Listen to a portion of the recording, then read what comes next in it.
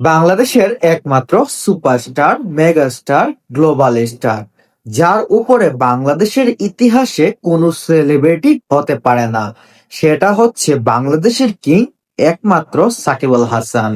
সে বিশ্বের মধ্যে এমন একটা অবস্থানে তৈরি করেছে নিজেকে, তাকে চিনার মতো এখন কেউ বাকি নেই।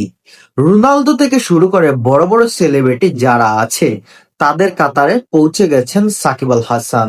কারণ সে শুধু বাংলাদেশের মধ্যেই সীমাবদ্ধ নয়, সে বর্তমানে সারা বিশ্বের অলরাউন্ডার এখনো অব্দি। কারণ সাকিব আল হাসানের রেকর্ড এখন অব্দি কেউ ভাঙতে পারেনি।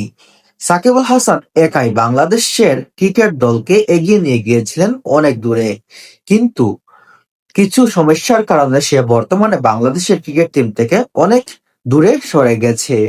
কারণ জানি না, হয়তো সাকিব আল হাসান আবার দেশে ফিরবে কি ফিরবে না, কিন্তু বাংলাদেশের জন্য তার মায়াটা এখনো যথেষ্ট পরিমাণ রয়ে গেছে। কিছুদিন আগে আপনারা দেখেছেন, সাকিব আল হাসান হঠাৎ করে লাইভে আসলো, এসে বাংলাদেশ টিমের জন্য অনেক অনেক শুভকামনা জানিয়েছেন। আরও এক সাংবাদিক সাকিব আল হাসানকে প্রশ্ন করেছিলেন যে, ভাইয়া, বাংলাদেশে কি আরেক সাকিব আল হাসান কখনো দেখা যেতে পারে? সাকিব আল হাসান সুন্দর করে হেসে একটা উত্তর দিয়েছিলেন, বাংলাদেশের যে ক্রিকেট দলের খেলোয়াড়রা আছে, তারা সাকিব আল হাসান থেকে কোনো অংশে কম নয়।